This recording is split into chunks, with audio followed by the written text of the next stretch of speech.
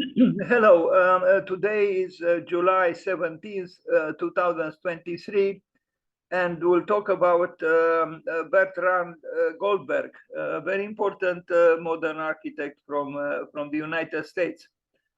And after that, we'll talk about a very, very important Ottoman architect, Mimar Sinan, himself associated with the date of the day of the 17th of July. He died on the 17th of July. Mimar Sinan. While Bertrand Goldberg, as you can see, he was born on July 17th, 1913, so 110 years ago. He was an American architect and industrial designer, best known for the Marina City Complex in Chicago, Illinois, the tallest reinforced concrete building in the world at the time of completion. This was the man, Bertrand Goldberg. Some important architects love bow ties, and he was no exception. Now the Dr. Aaron Heimbach House, the Blue Island, Illinois, 1939. So before the Second World War, an early architectural work, but you can see already, qualities. Although he was not too adventurous here, and later he wouldn't work so often with rectangularity, but at that time he did. But still, this is architecture, and Bertrand Goldberg announced himself as a serious architect with this early house. Yes, a modernistic house. 1939. A little bit early, I would say. I would have expected this kind of architecture mid-century, not 1939. Anyway, I like the stair here and its shadows on that adjacent wall. The furniture was probably not designed by him, although he was also a designer later on. So with simple means, he created a building which is, it has even some kind of a monumentality, if monumentality is needed in the case of a house.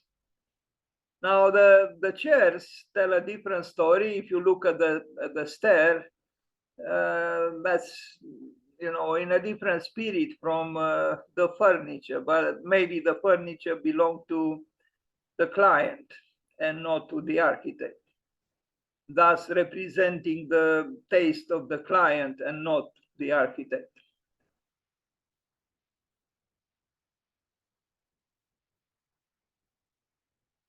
Plants are always beautiful, even if wild plants, or maybe particularly if wild plants. I think we shouldn't cut down any plant, any grass, any bushes, any trees. We need them badly. As we need badly probably and without probably the bricks, the brick wall, which doesn't pollute. As we probably also need pianos to play music. Okay, another house from 1955. So we jumped over the Second World War with mural by T. Lux Feininger. I don't know if he was a member of the Feininger family. Lionel Feininger, as you know, he was one of the instructors at the Bauhaus. In fact, the only American present in the Bauhaus as an instructor, not to say professor or master, invited by Walter Gropius, but I don't know if T. Lux Feininger belonged to that family. No pictures here. Levin House, 1956. This one makes me think a little bit of a house that Louis Kahn built and was almost left to, falling apart. I like very much the woodwork of the structure of the roof. both in the case of that house by Louis Kahn and this house by Bertrand Goldberg. Now, of course, Kahn also used a similar exposed woodwork for the Trenton bus, public bus that he designed and built together with Ann King. Bertrand Goldberg. But you will see later on he built differently and using a lot of concrete. At this time, he was still perhaps testing his abilities without yet arriving at his signature works. But they are still good. They are still good buildings, and the pianos you can see still present, and so is the chimney or the fireplace. Now, a hotel from 1963, Astor Tower Hotel in Chicago, 1963. Not bad. Rectangularity is not a sin, and you can do great things using the right angle. And here is another example, an impressive tower, a hotel.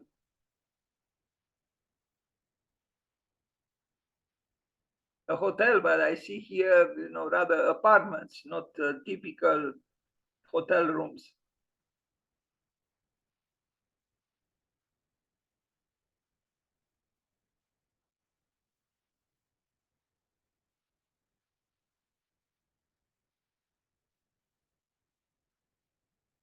Bertrand Goldberg.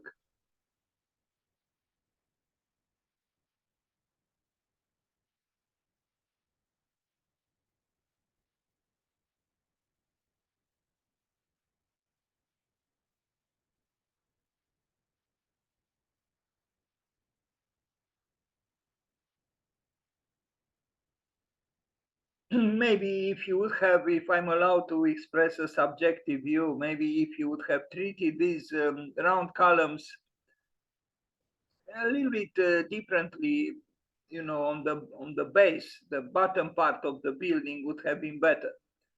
But even so, I think it's an interesting building without, again, yet arriving at his signature architecture work, which you'll see involves different geometries, working with roundness, with a circle or segments of the circle.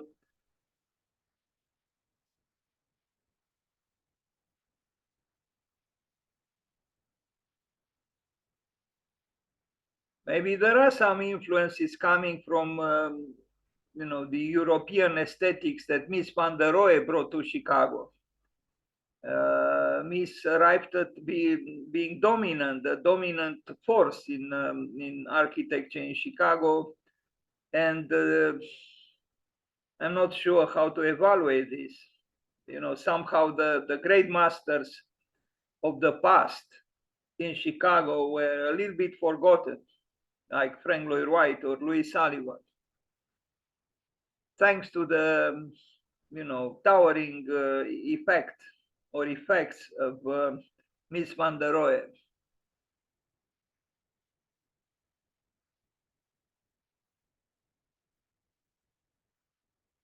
Convention Center in Florida, 1965, rather imposing during construction and coming closer to finalizing the work. And here it is, a vast arena of pharaonic proportions, Florida, Bertrand Goldberg. The giant hut. If I am to express myself oxymoronically.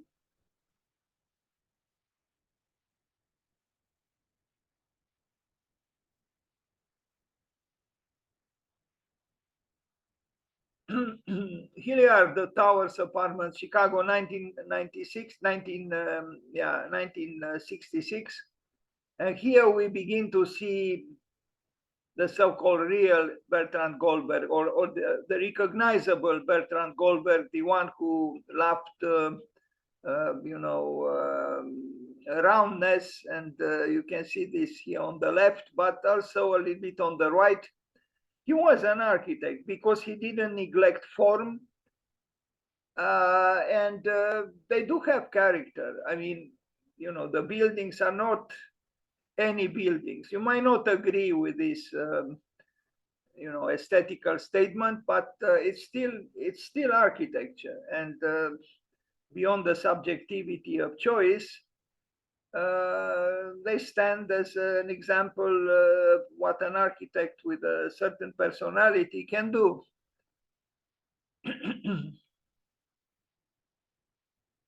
Bertrand Goldberg, still, earlier works, but we are getting closer to the so-called classic Bertrand Goldberg.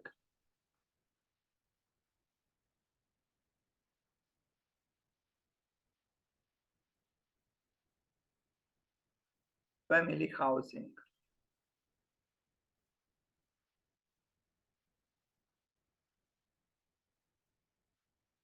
These are not, opulent apartments. As you can see, they use the space very well.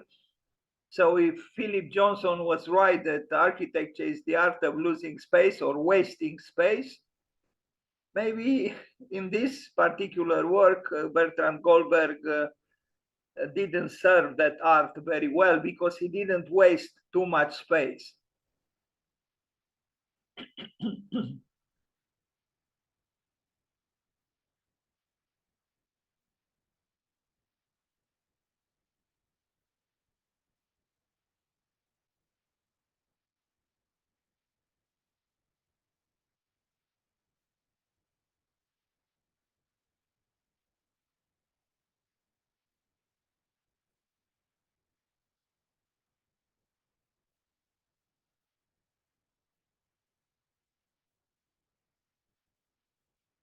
And one of the inhabitants, not the son of a millionaire probably, but these buildings, again, I think they were very close to being what we call social housing. So it is possible to do good architecture even with rather modest budgets. But I don't know, if they would qualify indeed for social housing. Now, the mental health center, here we are in the territory of, the specific territory of Bertrand Goldberg. 1967, Elgin, Illinois, a beautiful tree, and the health facility, mental health center in Elgin, Illinois, 1967. As I already said, Bertrand Goldberg, his signature work is, affectionate towards the circle. SOM proposes new use for SOM being Skidmore, Owings, and Merrill. Proposes, now you are going to see a project proposed by SOM to create a new use for Bertrand Goldberg's Elgin Laundry building, which is a very interesting building, and I regret it was, it was left in this state. But it has force even as an abandoned building, I would say. Bertrand Goldberg, let's hope they kept it alive. Back to the mental health center that he built. I like, the drama of these arches in concrete, making one think a little bit of Louis Kahn.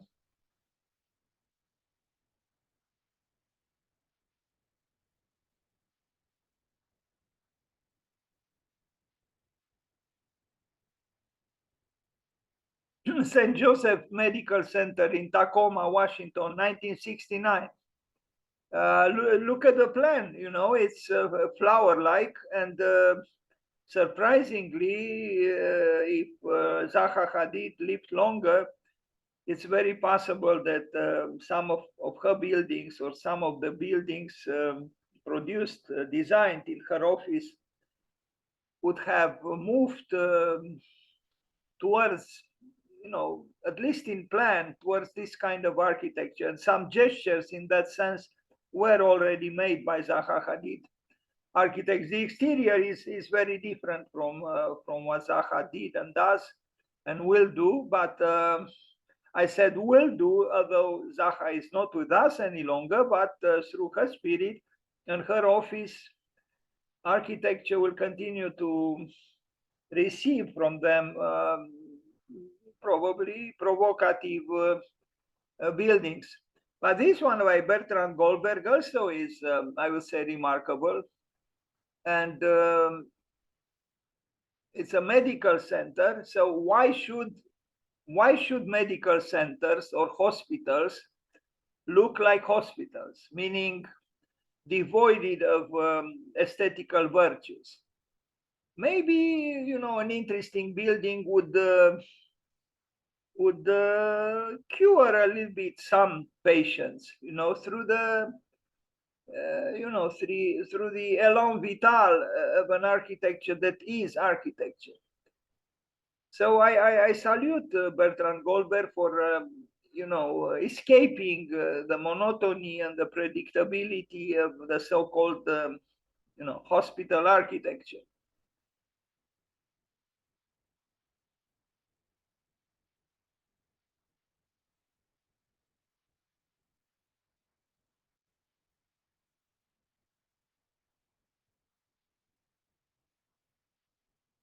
He was an interesting architect, and now I regret I didn't talk with our friend Bruce Danziger, who knows his son. Maybe we could have invited him to pay homage to his father, with him part of, being a participant. He probably would have said some interesting things about his father. Anyway, but beyond these things stand his buildings. And his buildings are his buildings, not somebody else's buildings. Bertrand Goldberg.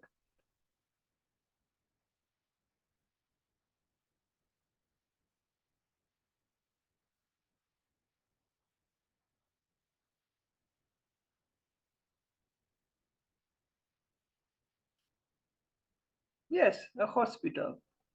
Why not?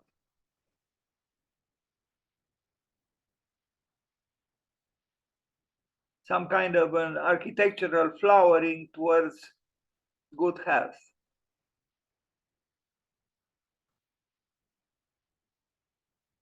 But he designed some other building here in this campus, the St. Joseph Healthcare Center.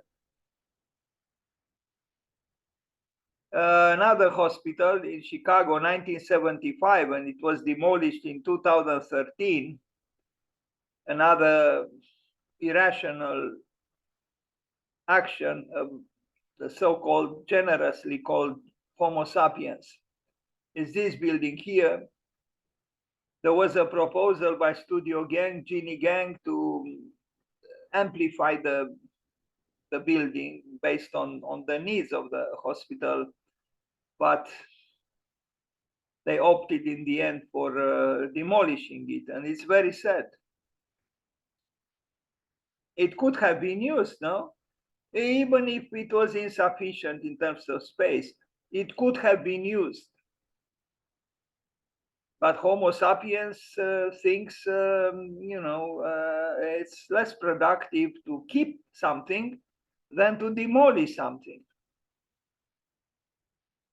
As in the Brave New World, we read, ending is better than mending. Ending is better than mending. Ending is better than mending. Sarcastically, of course, something like this could be said.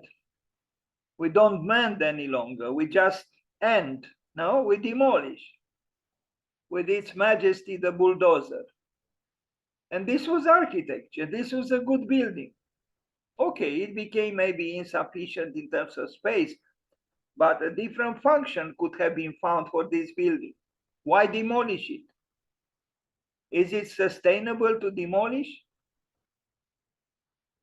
Very sad. So we can wonder, does Homo sapiens deserve his name?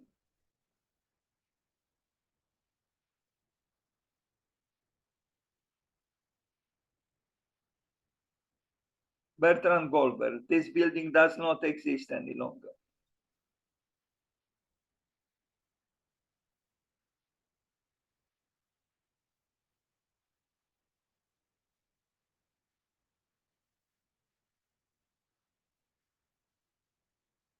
Yeah, here is the architect in front of his building. I wonder if he contemplated, such a destiny, such a fate for his building being demolished. One day, Stony Brook University Hospital, another hospital from 1976, 1980, Stony Brook, New York. And we see again, an attempt to uplift in a way the users of the hospitals, unfortunate as they are, and we could all be confronted with this lack of fortune to be sick, to be ill. But a good architecture, I think, could have the effect of at least, diminishing a little bit the fear that is associated with illness through a courageous architectural gesture. Maybe it's not the architecture we do today.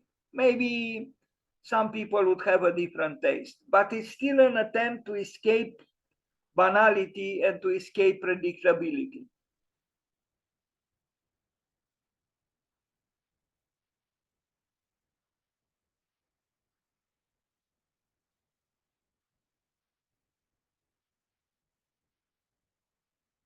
Bertrand Goldberg.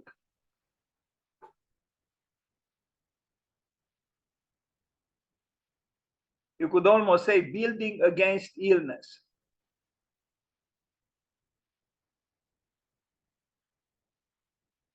Willfully building against illness.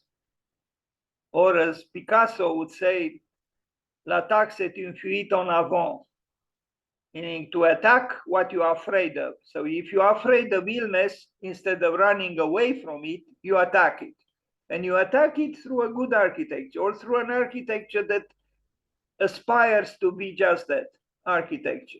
Now, for some, it might not be so good or handsome. For others, it might be. But the attempt is there to oppose, the darkness of fear associated with illness, creativity. This is beyond the subjectivity of what I like and someone else doesn't like. No, this is about an attempt to assert creativity in the face of danger and in the face of illness. Good Samaritan Hospital, another hospital in Phoenix, Arizona, 1982. Yes, maybe his signature architecture is too obviously Bertrand Goldberg's architecture, but it's still architecture. And here are some plans of these hospitals that he created. Here they are. Who would have thought to make such hospitals, in plan, flower-like? And I think it's a courageous attempt, and he built some of them. Maybe all of these plans were actually built. But now we arrive at his most important work, the Marina City, which still exists. Fortunately, they didn't demolish it. And they are remarkable, these towers. Well, it doesn't say here when it was built, maybe in the 60s or early 70s, with an ample parking underneath. I mean, the bottom of the towers, and then the apartments. above. But compared to the buildings that we can see in the interstitial space and on the right and on the left, they still stand out because they express the will of the architect.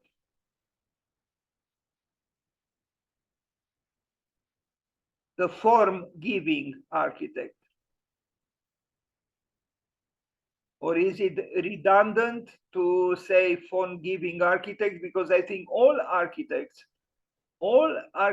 who deserve their name as being architects are form-giving. You can't have architecture without some concern for form, without falling into formalism, if possible.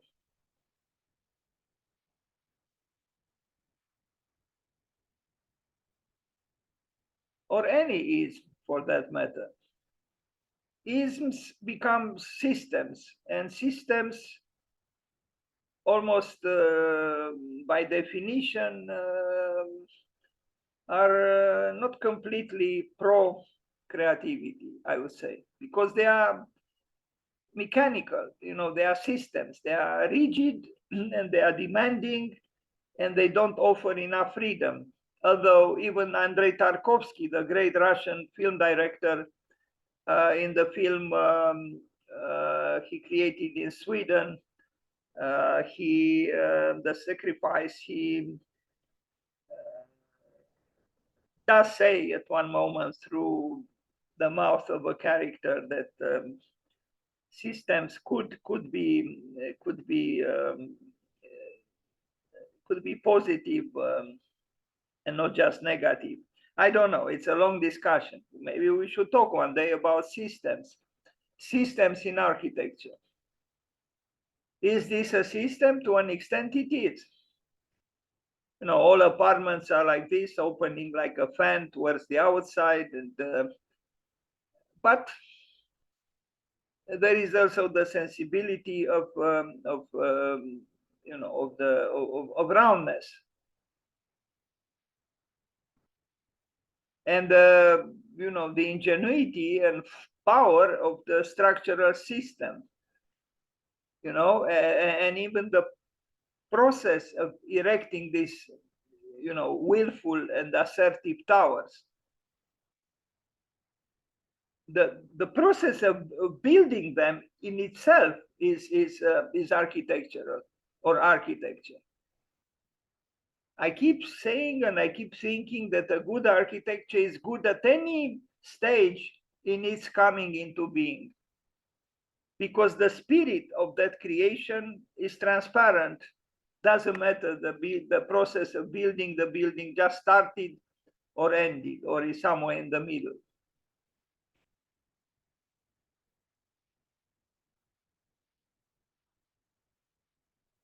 Bertrand Goldberg. Marina City, Chicago. Now a school, Uptown Buena Park Brenman School, an interesting school. Again, the willful architect who wants to create architecture, and it's not any school. It's this school designed by this architect and not somebody else.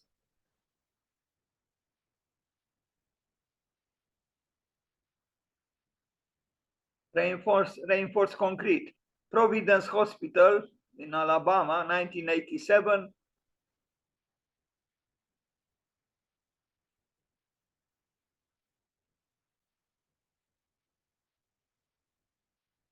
So another hospital some years later in Alabama, again, the flowering hospital, as we already saw some examples of in his earlier work.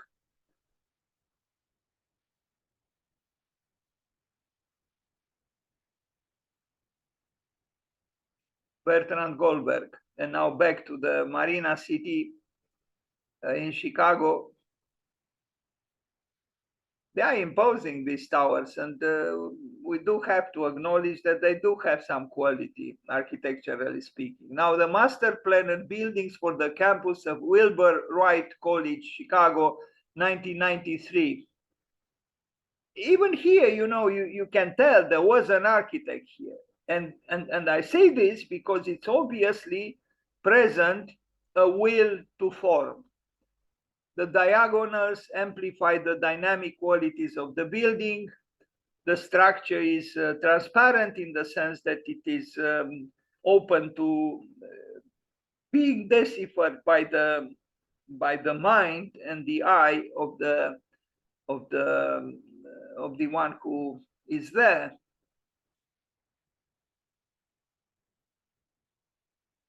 Well, in essence, what do we see here? We see the work of an architect animated by a certain amount of idealism. Now, if we agree with his idealism or not, this is another question. But there is an attempt to amplify, emotional participation, to amplify, desire in a way. And I know in education, some people would say we don't need desire in schools or colleges. We need, obedience. But I'm totally against this. I think Albert Einstein was correct when he said, students are not recipients or containers to be filled with data or information, but torches to be lit up. So for students who are supposed to be,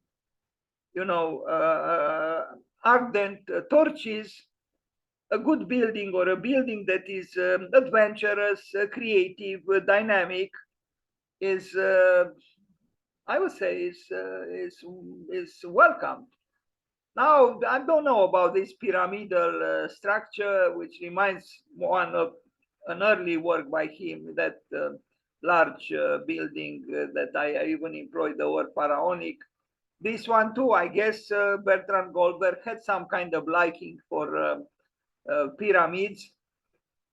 But even in these pyramids, monolithical as they are, and thus a little bit questionable, you can see traces of that idealism that I mentioned.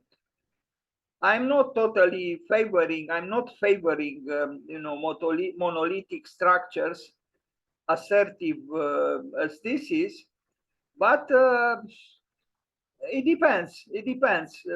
I don't think he wanted to be authoritarian. Maybe he wanted to be, as I said, to provoke the students with a determinism of a structure that in other times, for example, ancient Egypt would have served as a pathway towards the absolute.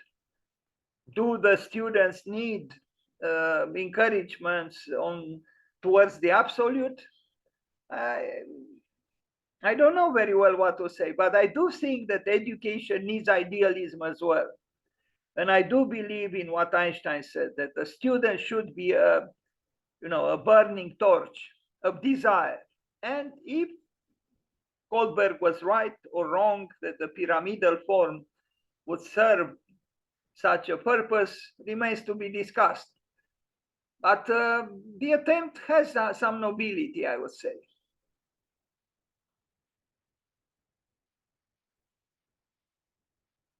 I mean, inside you can see clearly, sophistication and even, some kind of,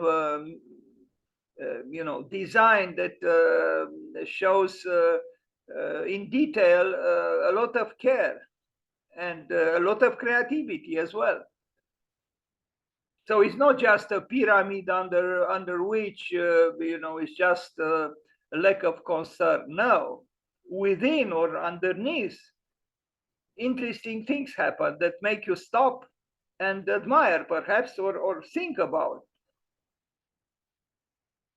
Okay, there is maybe some of the rhetorics of this channel of walking between some buildings. There is a certain, amplified ethos, but even this has some force. It has some aesthetical force, and this is important in architecture. Even here,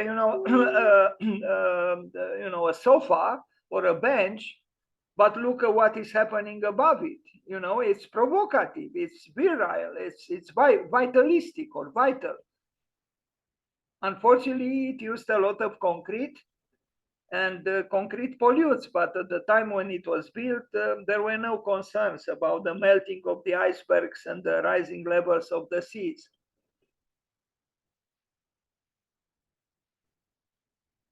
Diagonals are stimulative. They invite to, you know, taking, a position, taking a stand, being active, being alive, being inquisitive, being iconoclastic.